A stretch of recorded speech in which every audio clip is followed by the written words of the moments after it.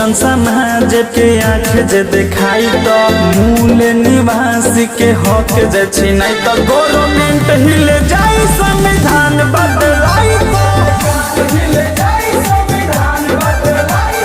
जदि इतिहास पयाच आई जाए तो भीमे आर्मी से बगावत हो जाए तो गवर्नमेंट हिले जाए संविधान बदलाई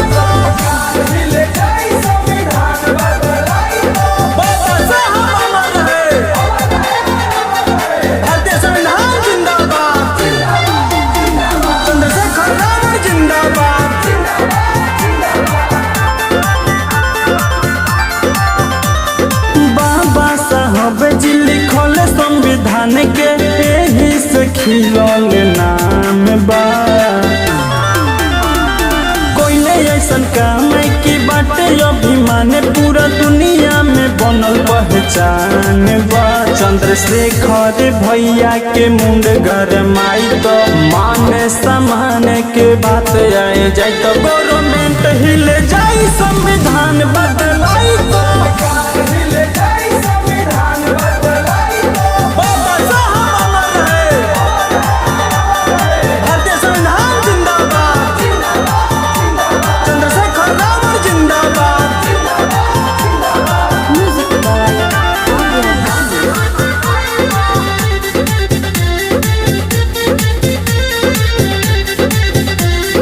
बहुजन के लोगवा तू बदल विचार अपन हो के खातिर आके लड़ हो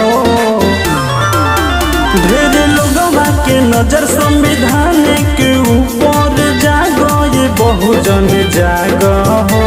धीरज के लिखल राकेश जदि गाई तो करी हो सपोर्ट जदि तनिको बुझाई तो गवर्नमेंट हिले जाई संविधान बदलाई।